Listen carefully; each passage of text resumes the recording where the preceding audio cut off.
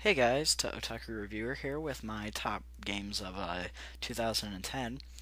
Obviously this is for Xbox 360. Due to the list, there are a few games on here that do go in between consoles, but hey, if you have an Xbox, then you can obviously play these titles. Because WTF would they be in the list for if they were for like the Wii or something? But first off the bat is a really obviously one. This is Halo Reach. If you don't know what Halo is, then I just don't know what to say to you. Are you retarded? But Halo Reach is really a fun game. It has really good online. It improves Firefight from ODST a lot more. It makes the campaign from other Halos look a little, I don't know, different because this is just a really different story, but it is in the Halo universe and it feels familiar but so different at the same time. My next game is Dead Rising 2. This is a sequel to one of the best games, in my personal opinion, on the Xbox 360.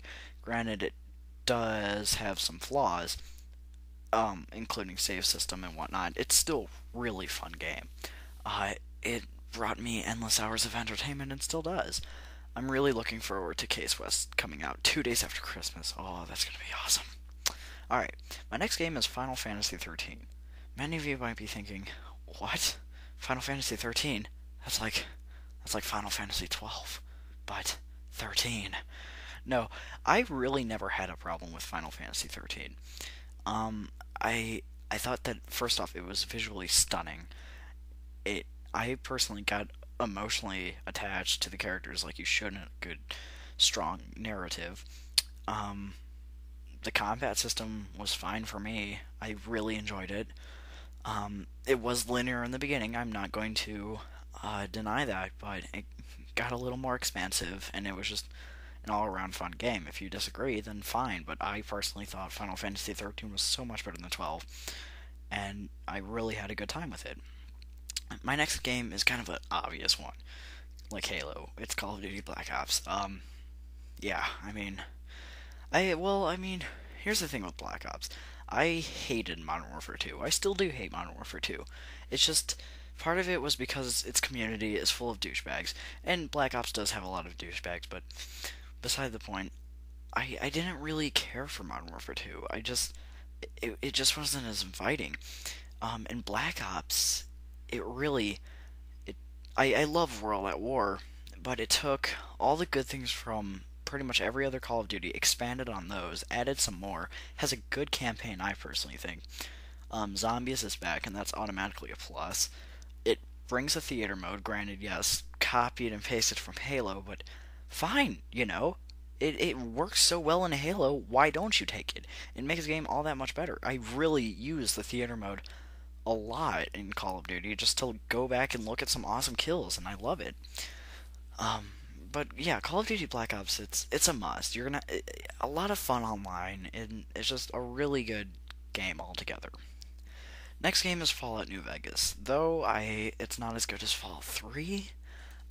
Personal opinion, it's still a really fun game. I mean, Beth- uh, Bethesda Studios does a fantastic job. I'm looking forward to Elder Scrolls 5, Oblivion. So I'm still playing Oblivion, Fallout 3, and Fallout New Vegas is no exception. Um, I kind of waited. I haven't picked this up yet. I'm going to be picking it up Christmas, but I've played it.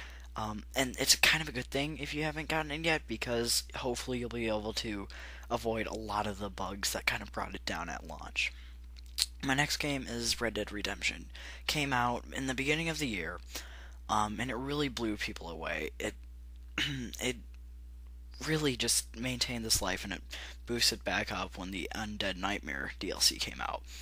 But Red Dead Redemption, it's just a really it's made by Rockstar, the guys who did Grand Theft Auto, if you didn't know, and it really feels like a Western Grand Theft Auto. And a lot of people might think that's boring, but it's really just fascinating. It's a visually stunning game like Final Fantasy, and it's just a really good narrative, fun. So many hours of gameplay involved, and I think really anyone would have a good time with this. My next game kind of relates to Red Dead. It is Grand Theft Auto 4, but it's not Grand Theft Auto 4. It's a complete pack. It comes with GTA 4, and then the Ballad of Gay Tony and the Lost and the Dam expansions.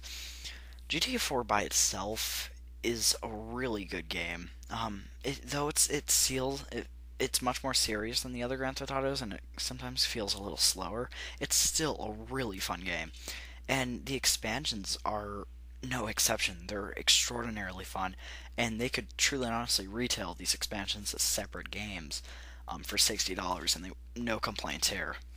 But yeah, if you haven't experienced GTA 4, or if you have and you haven't experienced the DLC packs, this is a must buy.